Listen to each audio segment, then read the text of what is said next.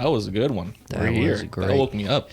That actually got me in the mood. In the way recording more mood? than I was 5 seconds ago. Well, we haven't been around for a while. Well, me. Don't say we. You. Yeah, but we haven't been around in front of the cameras in a while, so. Yeah, this is actually one of the first times we've talked probably. I mean, for longer than like 3 or 4 texts back and forth. Yeah, for like a week. So like, yeah, here we are. We have a lot to talk about, actually. So much to talk about. I don't know if we can fit it all into one episode. Well, we're going to have to do the thought condensing thing. So the first, it's hard. It's so hard. tough, especially for us.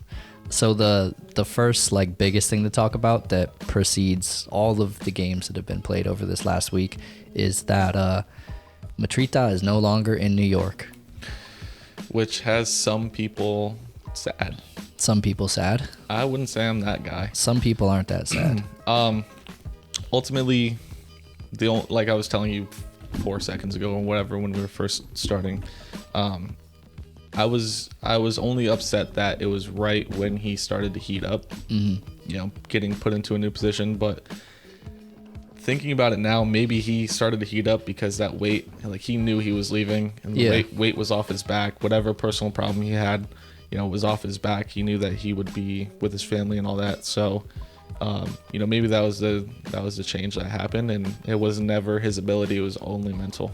Yeah, well, I think I tweeted it from our account when, like, right before it was officially broken. But things like this aren't something that happen overnight.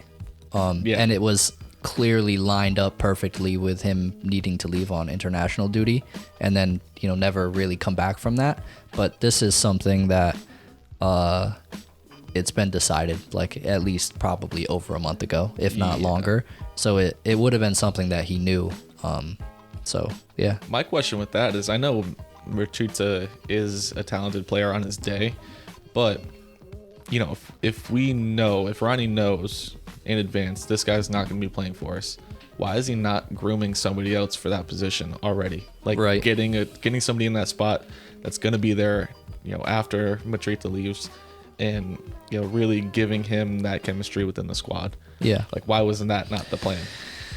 Ain't much planning in that man's head. It just doesn't seem right to me, but whatever. I mean, that's all it is. Yeah. So there's not much to say about it. I think. Yeah. I mean, I wish him well. I wish he didn't cost $9 million. And I wish we got maybe money now opposed to in the future. But it is what it is. It's not like we're definitely going to sign anybody, especially with Ronnie's comments. So yeah, there's life after Mitrita. There has to be. So we're prepared. Well, maybe we're not prepared yet, but we're prepared to move into the future without him and kind of take it as it goes and see how the team can do.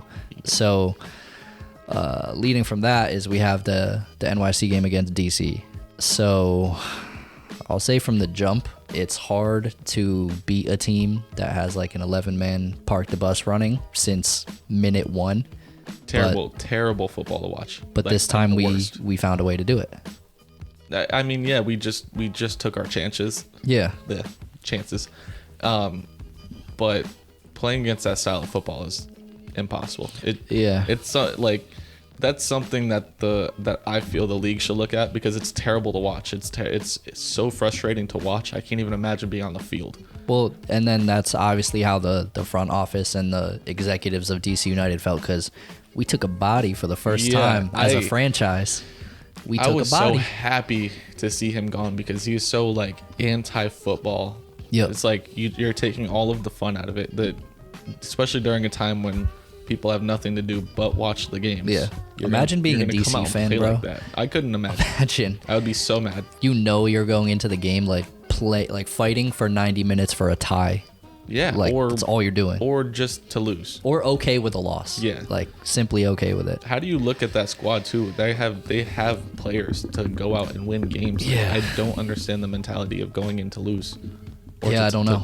To draw. They're not the worst. No sense. They're not the worst. Well, they were the worst team in the league with him leading it, but in terms of personnel, there's worse teams than them. I mean, they have some injuries. I mean, but whatever. Yeah, but there's a few key takeaways that I took was, it was obviously important to get Tati scoring. At the time, it seemed very important, although we saw, later in the New England game, it didn't really amount to much.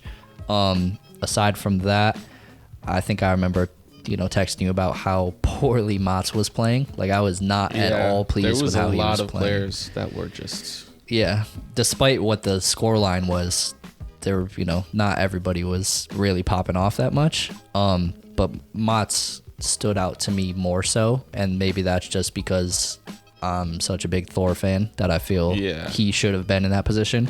And then what happened was Mats got subbed out, and we tossed Thor in there, and he got his first professional assist. So, I mean, going off of that point, for us to say that Mitrita is not playing well and we prefer somebody else to come in takes a lot, because that has been our guy. That has been our guy for years. Since day one. Like, that's been our favorite player for years, and he's just not playing well. And, going on to another player that we love, that is hard for us to say that they're not playing well, is Tati. Yeah. Like, I don't know, I think it was the NYCFC tactic interview where he was saying, like, it was one of our managers fooled us into thinking that that Tati was a number 9, and I'm sitting there thinking, well, at least give him a chance again at it. Right. Like, why not give him a chance again? And now we are 2 weeks later. He is not a striker. He is a winger, and he will end his career as a winger, and he will not play number 9 anywhere else in the world. Hopefully. Not here, too. At this point, where with Hebert down, it's like, I really don't know who else we call to. Maybe we have to start playing, like, I don't even know, dude. I was going to say a false 9. That's what I was going to say. I think we have to play a false 9. And I think some of the, when Hebert went down and everyone was sharing their lineups, I think that was 1 or 2 people shared one that had a false 9 that, either, I think maybe one had Tati in there, but, even he's got to be left Keaton potentially, with the way that he played in the DC game. Keaton played well, got into the team of the week. Let's not get crazy. But as a starting, striker, it's just... No, that's a crazy. It's Dude, tough. I would rather get somebody from our academy to come play striker. Yeah, hey, you know who would be a great person from our academy to play striker? Who? He's American. Oh, is he? He's younger. What's his name? Giovanni, Oh, well... He's related to our old sporting director. He's far away. Where is he? He's in Borussia Dortmund. He starts for them? Yeah. Oh. Yeah. And he never played a minute of football for us? Never. Nope. Not once. Wow. That's crazy. That's a fumble.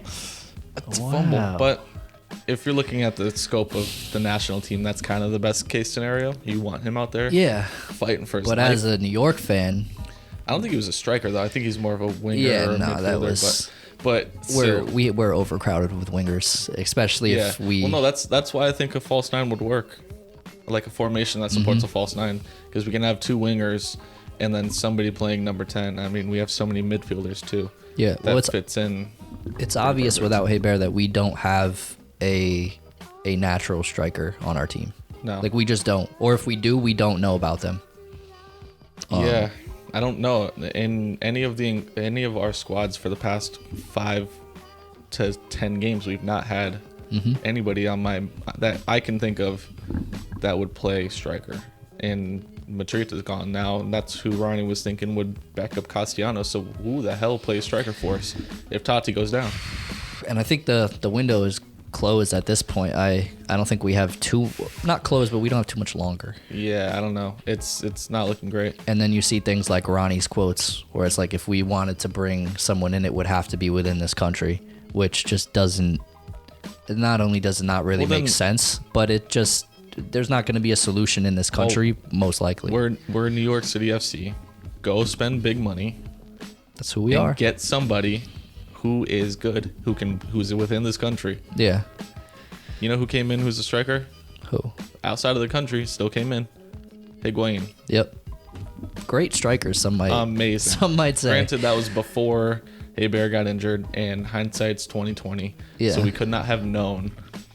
But even if you look, when these guys are available, the top teams have to go get them. But even if you look at, let's look at healthy Hebert. Let's go back like 4 months. Let's look at healthy Hebert on a piece of paper with Higuain right there. The decision is still very easy to make. Yeah. Higuain. Yeah. Even if you have and to even play other two names are strikers. thrown around. Like, remember the Pato days when we were like, He's already with another team. Yeah, we were pretty convinced, I think, as a whole fan base, people were pretty sure that Pato was coming to the team. Like, we were days away from it. Yeah. Nothing ever came of that. Yeah. It's like, I don't know. We have to find a striker. Yeah. I never thought that, after last season that we would be sitting here wondering who's going to score goals for us. Right. Granted, we were sure it was in our Hebert. past couple of games, we went, I think it was 4 goals, then 3 goals, and 4 goals again, and then we lose 2-1, which should be 2-0. In my brain, it's a 2-0 loss. Yeah. The score sheet's going to say 2-1. I see it as a 2-0 loss. Yeah, and we can transition more into the New England game now. So definitely like a 2-0 loss. I think one of the texts that I remember that you sent me from the game was like, our defense has just been awful the whole game. Like, we're lucky not to give up more goals. Yeah, they look tired. You can tell that back line outside of Thor coming in, it has not changed. And that's what we've been saying for however long, that back line looked tired. And it's tough too, because the one guy that did get a rest was Collins, and he probably played the worst out of them all. Yeah. Barring that header at the end of the game, which, yeah, I mean, it sort of makes up for him causing the penalty, but it's not like, really.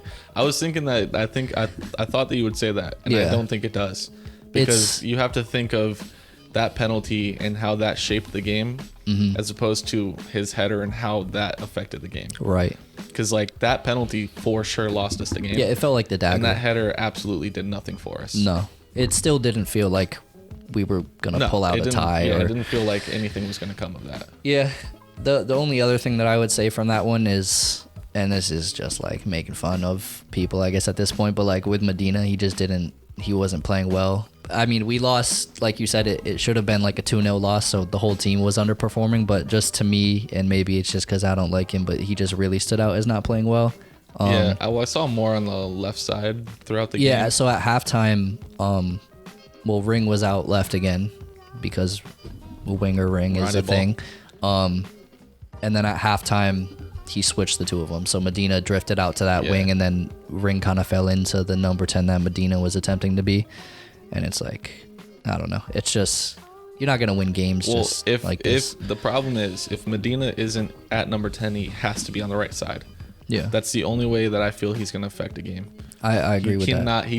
He's not like the type to pass the ball. He's not the type to, like, let's say he gets past somebody, he's looking for the shot. He's not looking for his teammate making a run. Right. That's why on the left-hand side, he's ineffective, because it's his weak foot. We saw that his right foot is atrocious. Although the problem with that was that Ronnie was kind of forced to play Izzy up at that right, especially coming off a brace. Izzy was like the biggest letdown for me in that game, because it just seemed like his legs were gone. Yeah. Like it looked like his legs were toasted. Like I'm surprised he played as long as he did. Yeah. Because every time he got on the ball, it almost seemed like he was labored. Yeah. Well, you have to look at last week. He really emptied his tank, like with the brace, and he hasn't really been a full game player for us. Yeah. Whether that's an injury concern or just his stamina in general, but he's sort of a shorter minutes kind of guy, but when he does come in, he's making that impact. I think that might be why ultimately his career has led him to where he is now. Like I feel like his talent, his raw talent, is something that could be on any given top team in the world. Yeah. But his legs always go. He's always got soft tissue issues. Rhymed. But it always pops up, and you're just like, okay, so we're kind of gonna rest him and hope for that big play. Yeah. Well, if you can only do it for like a third of the game, then that's why you're here. Yeah. So I don't know. That kind of sums up the two games that we did play and our thoughts on it. And maybe you want to preview the Orlando game that, when you guys listen to this, will be tonight. Yeah. So tonight we have Orlando. If you want to talk a little bit about that. It's a tough game. Yeah. It's a tough game coming off a tough result. And we the news that we're losing somebody.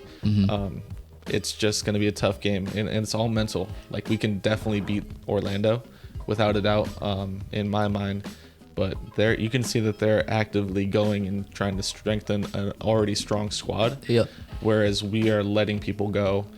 and not getting anybody to replace them. Yeah, so I was gonna say it'd be interesting to see if they do end up playing that kid that they just signed. I'm not sure what the protocol is. Yeah, but I think if he's coming from where did he come from? Out of state, Ecuador, out of country. Yeah. So I'm pretty sure if he's coming from out of the country and he's not involved with this national team, I think he has to self-isolate for 14 days, regardless of a negative test. So we probably won't see him. I don't know if that's probably won't see him. Good or bad for us, but the rest of their team is solid, so like they don't need him. Right. They recognize that, hey, people's legs don't last forever. People get injured sometimes, and we have to have backup plans. Yeah. Something that NYCFC doesn't subscribe to. Something that we have to begin to focus on. They got to call somebody up from the academy. I think it's that'd weird be such because cool, story. Yeah, I was gonna say it's weird because in the past we've talked about how most of our reserves are attackers.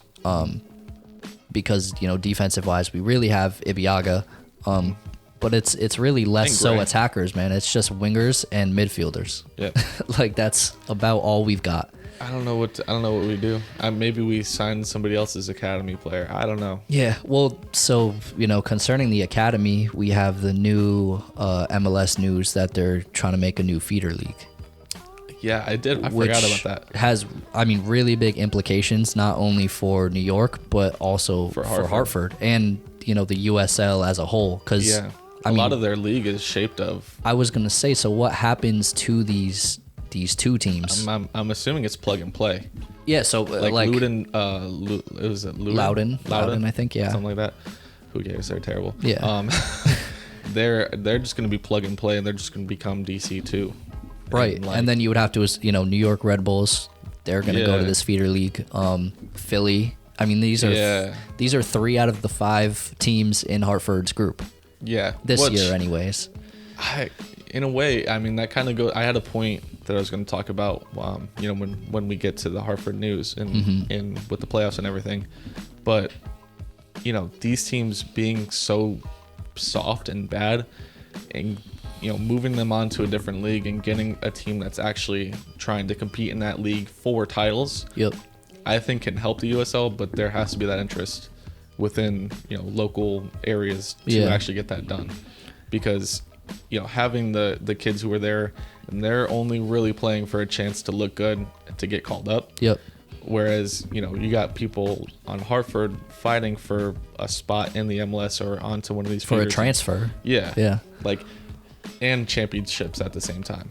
So I think it can only help the USL, but there has to be that interest to actually go and make teams to win championships. Yeah, and you have to hope, how many teams are going to be left in the USL if you take out... I don't know. I would assume, not all 20 MLS teams have a second like we don't, which is a problem in itself. Yeah.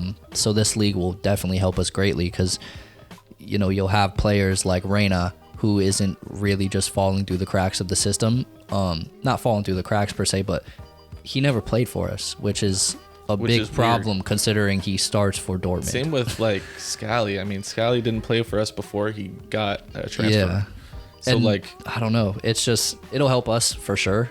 It may hurt the USL, like you said initially, but over time, it'll probably only raise the quality of that league. Yeah, well, I think it's good for NYCFC too, because then we wouldn't have to send away Justin Hack to a lower league, because he can go play for our reserves under our coaching, under our system, and really progress to be in our team, as opposed to progressing to be a good player to maybe play in our system one day. Yeah, you know what I mean. So I think it can only help both sides if it's done right. Right, and our dreams, I think, of these major United States leagues ever coming together. It starts it starts like this. Yeah, it starts like this, but it almost fractures the relationship too, because it's why not just turn, I don't know, tell these USL teams to get an affiliation with an MLS team. Well, it could be, and it could be a move. It could be the first move in making that relationship, because you're saying, hey, we're gonna pull our reserves out of your league to actually boost the talent. Sort of an aggressive decision. Yeah, it's towards the USL. It's a weird way to do it, but it's kind of like let's pull our reserve quality out, right? So that you can get actual teams in here to boost the overall quality, so that you can be a league standing on your own legs. Yeah, and then later we can adopt you. And one thing to talk about, I just thought of that we didn't have planned was USL did get a new team, so Queensboro FC. Oh, that's real. Out in New York. Yeah, it happened, I guess. Well, they released like a badge and their colors and all that type of stuff. And they're within Hartford's, area. So that's, quickly probably going to become a new rivalry. Queensboro, you said they're from Queens. Yeah, they're from Queens, yeah. Watch them get a stadium before us. I swear they will have a stadium before us. Write it down. Timestamp it. They will have a stadium before us. Or we're going to live in some world where, like, we do get our own stadium, then they move into they're in the same stadium. I don't know. And then one of them, like, digs out part of the grass and they take out one of our best players somehow. Dude, I pray that we that if we ever get our own stadium, it's ours. Oh, like, no, just ours. But the way that New York is, it won't be. There's not enough real estate. It just isn't, and it's more cost effective for us to rent it out. Yeah. So it won't be. It's just weird. So let me just kill that dream for you real quick. Yeah. Well, it was nice for like the 8 seconds that it lasted. But we can, move on now to the actual playoff game with Hartford. I don't want to. So you can see our tones sort of dip here. It was a tough week, dude. It was a tough week, even leading up to this game. I did have some expectations that, I don't know, at the very least, maybe we would win. I would love to see. I think that's where I would consider the JID season like an extreme success, was getting at least one playoff win. Yeah. Definitely pushing that home field was huge. I mean, that alone is like, that's an accolade in itself. But I will say, leading up to it, it started to seem a little bit rougher, like when Tyreek Johnson got recalled.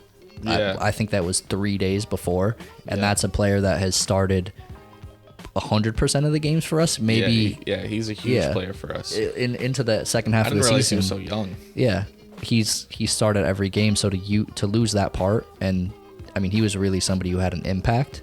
We knew that was sort of a knockback that would have an effect ultimately. Yeah, especially when you're planning for a game. Yeah, with your guys, and then all of a sudden, but you can't knock Southampton for doing it. Mm-hmm. At the end of the day, that's a 21-year-old English prospect, and if you know anything about Southampton, they pump out top players from their team. So you trying to say Tyreek is the new Bale? Just asking. Or Van Dijk or Sterling. Yeah, or I just figured the winger, the winger angle, the dude that's pacey. They're sort of any of the guys that you can list from that originated in Southampton. Yeah, but I mean, in general with the game, it was a loss in general is tough, but to lose that way, even being so close to extra time and then ultimately maybe penalties, and to have it, I think it was in the 93rd minute out of 4 minutes of stoppage. Right. It was like, wow, super deflating. Yeah, it's super deflating, and it makes me think of that question when we were looking at the Excel sheet of awards. Yeah. For everybody, and they basically had one on there that said grade the manager. Mm-hmm. And I think he did very, very well with what he had, but at the end of the day, for me it's a B rating, because of the talent that we're playing throughout the year was not that high. Yeah. So the expectations, while we went in low, we should have known, like, hey, these are lower tier teams that we're playing. Right, yeah. So, like, we should be getting these results. And so I'm more grading him on the tough games, and I think he gets a B for that. Yeah. Because he got results, when we needed them. Got the River Hounds result, got us home field, but ultimately in the end, we need to be progressing past, the early stages of playoffs. Yeah, definitely needing, like I said, at least one playoff win probably almost boosts that to an A. Yeah. You know? Oh, for sure. Yeah, and then especially if we go out in that second game and like, you know, we don't even really need to win it, but if we are putting up a fight, then that's, you know, more or less an A rating. Yeah. I think another question on there was what was the most important, you know, result of the season. We both agreed that it was probably that 1-0 against the Riverhounds. Yeah. And we talked in depth about that when it happened, but for us to be able to reteach ourselves that when it matters, we can win a game, despite knowing what happened in the playoff game now, despite all the awful calls that were in the playoff game. But it is what it is with that. Refs have torn New York City and Hartford to shreds. Torn our hearts out repeatedly. But I wasn't trying to really bring that up too much, but we do have to take note. There's some awful calls in that game. But yeah, that was probably the most important result of the year, that Riverhounds won. Yeah. I all I can say is I agree. Yeah. I mean, to sum up, not only the podcast, not only sum up the podcast or the episode, at least not the whole podcast. Yeah, no, we're staying. Yeah, we're here just because Hartford's gone. We still have New York. But to sum up the episode and sum up Hartford's season more or less, it's been a great year. I think another thing that I had tweeted the morning after the playoff game was, if you were to approach us at the end of last season when we were, I mean, the worst team in the league, like more or less the worst team in the league, and tell us that we would first seed into a home playoff game at Dillon in front of all the fans, we would have been more than happy to take that fate. I laughed at you. Yeah, but we would have been more than happy to take that fate. So for sure, it's going to be exciting to see Jody hopefully have a regular season, a whole year to sort of express himself and his tactics with the team. And I don't know, maybe after a full year he might not be with us anymore, but this is just all speculation, because this maybe by the start of next season I'll learn how to say his name so I don't have to call him the manager. Yeah. But we're getting there. Yeah. And I think all around, even the front office did an amazing job with some of their pickups between, you know, working Hack into coming, who ended up being a big part. Cohen was a huge part. Yeah. You said from that Google Docs, the best, to bring in Mandanda, who saved us on a number of occasions from some bad results. So all around, whether it's the performance of the players, the business of the front office, and the workings of the manager, they kind of hit it on the head perfectly. All year, I'm everywhere. excited for next season. Yeah, me too. And hopefully it's it's a normal format. It's not like the all this weird stuff thing that they did this year. Hopefully we can get back to normal. Yeah. Because I definitely want to get to some Hartford games. I want to get to some New York City games. And I don't want to have to wear a mask while I'm eating pizza and drinking beer. Yeah. So like, sounds good. Yeah. But that's probably it. Yeah, we can wrap her up. I just keep wanting to talk forever, but post the podcast on all socials. Yeah. That's where you'll find us. Thanks again for watching. Follow us on Twitter. Follow us on Instagram. Earlier today, I was thinking about when we were recording the episode, and I was like, bro, we got to start doing the shameless YouTube thing. Like, give us a subscribe. Yeah, definitely. No, ding a little bell. You know, I know for sure. We look at the things, and it's like most of the people that watch us aren't subscribed. Yeah. And so if you're finding our videos, however you're finding them, and you like it, just go ahead and sub. And leave comments too, because if you've ever like looked in our description box, we say like we love feedback, but I think we've reiterated a number of times on the past episodes is like, we're here to not only sort of build a platform and give our opinions about teams, but we want to connect with other fans. Yeah, like if you run through all our past episodes, we've got conversations in the comments like crazy, going back and forth. We have conversations on Twitter.